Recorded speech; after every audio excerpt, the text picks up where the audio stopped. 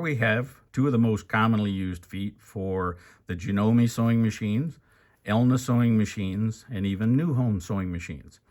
You have the standard sewing foot, and you have the decorative sewing foot or satin stitching foot or applique foot. Most of the machines that come in have this foot on, and for regular sewing, this is the correct foot to use to get the best looking stitch out of your machine.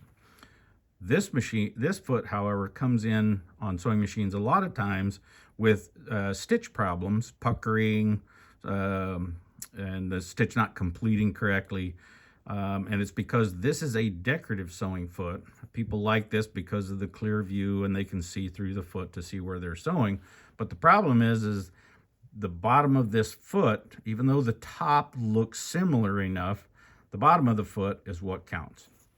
Just like tires on a truck, you don't use the same tires in the wintertime as you use in the summertime. Feet are the same way. They have a specific purpose, and the purpose of these feet, if you use them for that purpose, will actually give you much better results than using the incorrect foot. So we're going to flip these over and show you what I mean.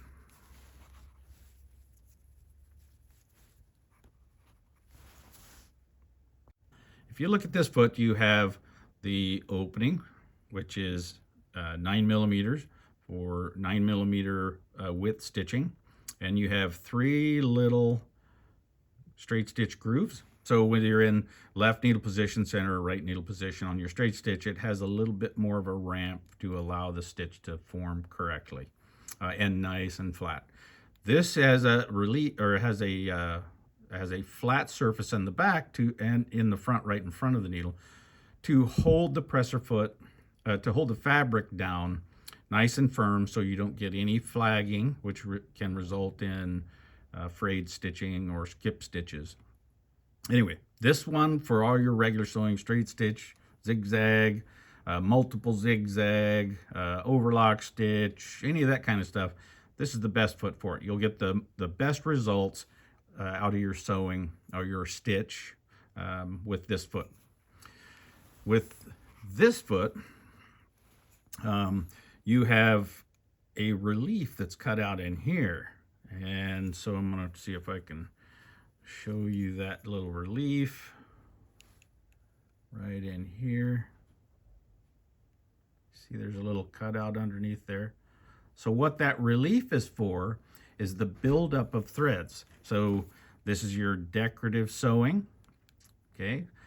When you're building up threads in here, if you were using this foot, what happens is the buildup of thread on the standard foot is going to actually build up right in here because it's right behind the needle. When you come to any of the decorative stitches and build up thread, it's going to lift this side of the foot and this side of the foot off of your 2 long feed dogs, which are your best feed dogs.